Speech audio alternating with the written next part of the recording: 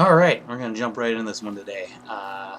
Here's the preface, going to be real quick here. I love Legend of Zelda Breath of the Wild. It may be my all-time favorite game. And I know that's crazy to say only a year after it's been released, but I have not put so much time into any other game before in my life. I beat it a long time ago and I still play it regularly. Cannot get enough of it. Cannot wait for it to see what the follow-up for it will be, the sequel. Supposedly they're already working on it. I imagine it's going to be with the same engine and everything. So with all that in mind, even though it's a fantastic game, there are plenty of things I'd like to see changed or added or whatever. So that's what we're going to talk about today. The top 10 things I'd like to see in the Breath of the Wild sequel we'll see within a few years, I imagine. I'm going to do my best to use mods to kind of show off a vague idea of what I'm getting at. Some of the things I can't because the mods just aren't that good yet, but it should keep things enjoyable while I explain it. So with that in mind, let's get started with this list. Oh, and a quick caveat. The things that I'm going to list are all minimal, trivial things. In terms of large changes to the game, the only one I can think of is I want to see the return of classic Zelda dungeons, and I think we will see those. The Divine Beasts were fine, but it's time to give us more of those classic dungeons we all know and love. Still keeping shrines and stuff like that too, though. I like the shrines, but give us those dungeons, and I think we probably will see them, so that's why they're also not on the list. So yeah, with all that in mind, let's actually get to the list.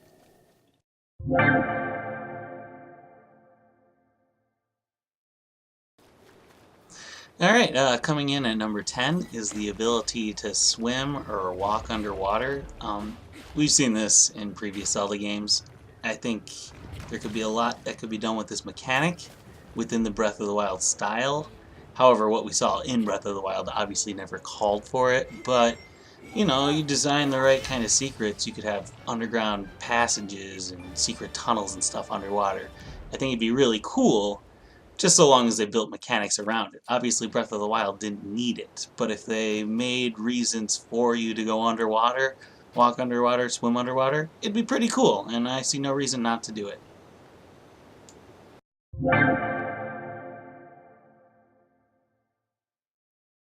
Okay, coming in at number 9 is the return of two classic items.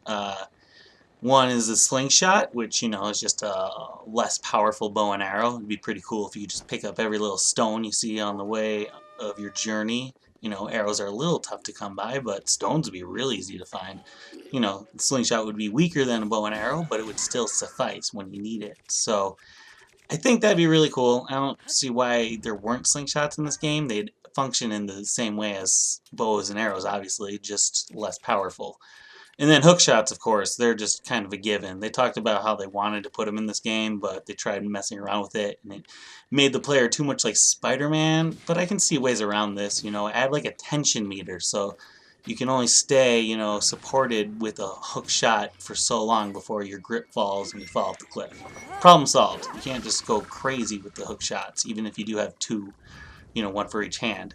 I think they can make this work, and I really do expect we'll see it in the next game. That's why it ranks low, because I do want this a lot, but I also think it's kind of a given. We'll see it again in Zelda. It's a mainstay at this point. It just wasn't in Breath of the Wild. But we'll see it going forward. I'm almost certain of that.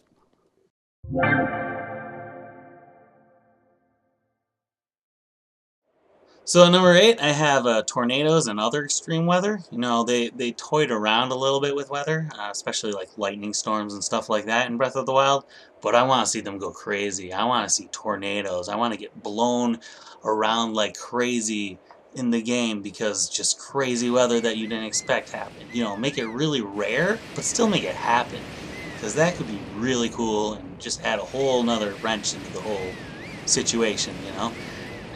Likewise, you could have blizzards and stuff, making it more difficult to traverse in the snow. That wouldn't be quite as exciting as tornadoes, but it could still be interesting, seeing like snow pile up and cover hidden passageways and stuff.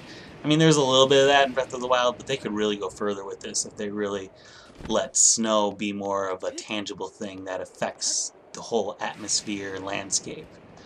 So that'd be cool.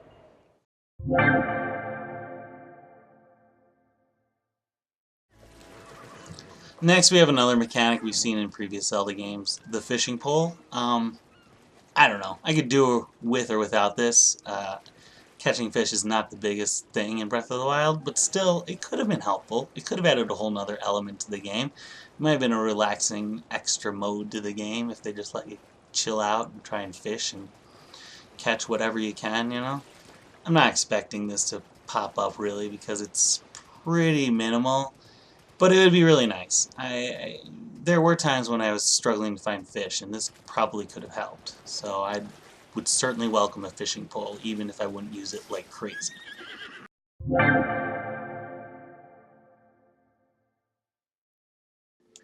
So at number 6, we have another item that might have been amiibo only, or maybe they could have built it into the game. It really doesn't matter, but the Wind Waker. You know, something that you use where you aim, you shoot, and a burst of wind comes forth. If you could do it consistently, that would be awesome, but if you can't, that's cool. Just one throw after another where it just sends burst after burst of wind. That could be really helpful. As you'll see in the modded gameplay I have here, I'm just using a mod that gives you a quote-unquote Wind Waker where you shoot it and a burst of wind bursts forth, and it's really helpful on the rafts. I love it.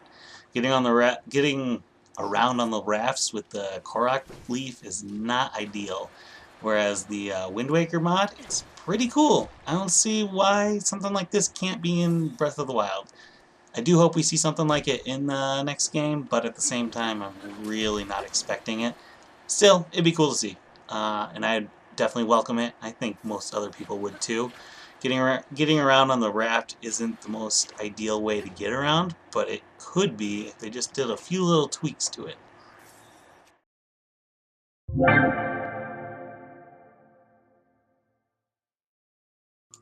So at number 5, this is a little bit more obscure and probably one of the least likely ideas I have here, but I still love it.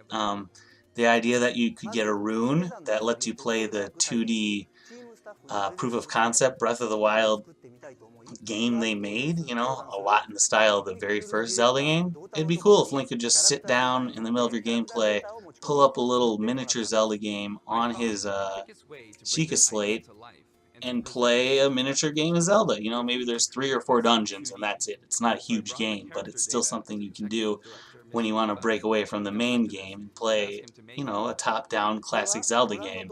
There was a lot of promise in this little proof of concept, and I'm not alone in wanting to see this, you know, given to us in some sort of form. It would be super cool if they just built it right into the game. I don't see why they couldn't have, considering that his Sheikah Slate is essentially a smartphone, you know. It just would make sense, and I would love it. I would play the hell out of it. Come on, Nintendo, do this, please. And hence Link's blue clothes. This is very nostalgic.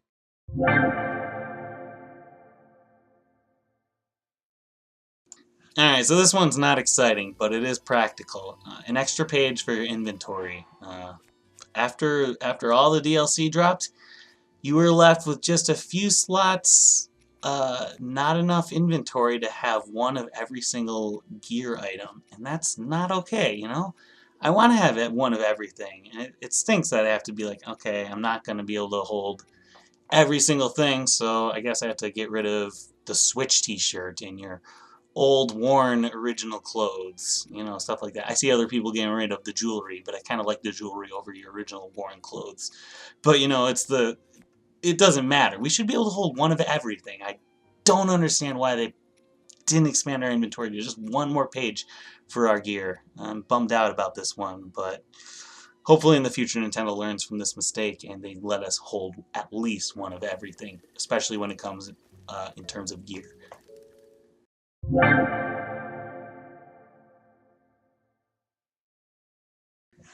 At number 3, it's the one-hit obliterator. This was introduced in the second pack of DLC for Breath of the Wild, and I friggin' loved it. I was really hoping that after you finished the quest with it, and then finished the rest of the second DLC pack, that you could still go back and use the one-hit obliterator again. You know, the trade-off being that you give away all your health but 1 heart for use of the one-hit obliterator. I would have gone to like all the Lionels and just killed them instantly, you know, assuming I avoided any hits from them. It seems like a perfectly good trade-off. And I don't get why they didn't let us use it again after we had the one quest with it, you know? It's a really fair trade-off. You gotta If they disable quick travel while you use it, then it's super fair. You can't just run to Ganon and use it. But if you can get to Ganon and use it with just 1 health, why not? Let us have this ability, I say. So yeah, give us back the one-hit obliterator beyond the one quest, with the trade-off still being intact. 1 heart for a 1-hit kill. Seems fair to me.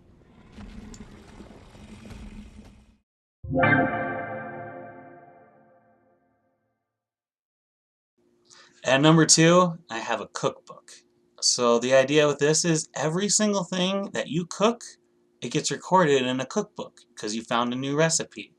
Um, this would be super helpful for you to find like the buffs that you've used in the past but you can't remember. What was it that gave me all this health plus the speed buff or the strength buff or defense buff times 3 or whatever. You get the point.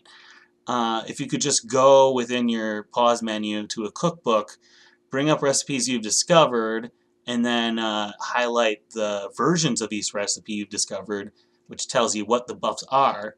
Hit A, and bam, you're holding all the items to cook that recipe, and then you just throw it in the cook pot, and you've got your meal.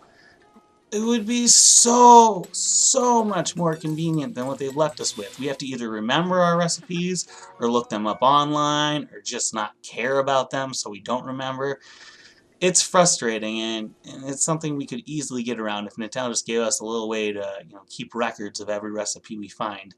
Now I know there's a lot of recipes, but there's no reason that we couldn't just fill out a cookbook with a ton of recipes we find.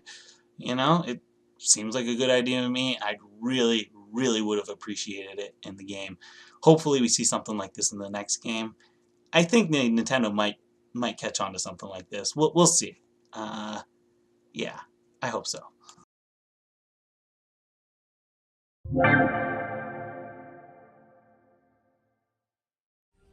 And finally, multiplayer mode.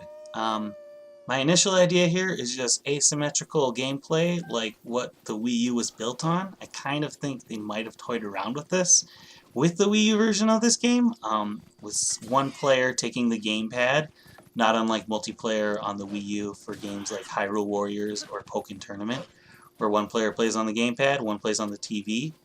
I think what they might have considered is that the player on the gamepad might have been able to play as Wolf Link, while the player on the TV played as traditional Link.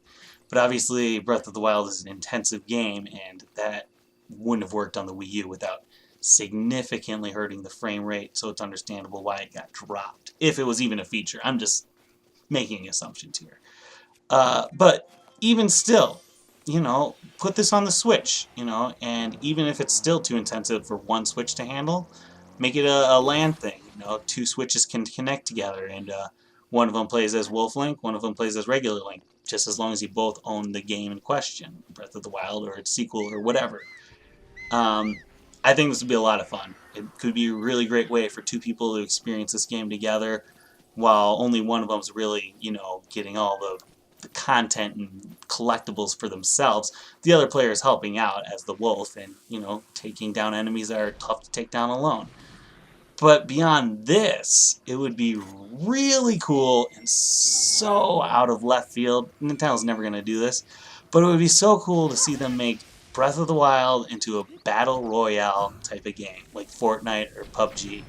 100 players go online with Breath of the Wild, they drop into the map, or its sequel, whatever, and you start off with 10 health each or whatever, and you run around the map collecting bows and arrows and swords and stuff like that to kill other players online. Sure, this might break some of the mythos, but who cares? This could be a lot of fun, and I would totally support this.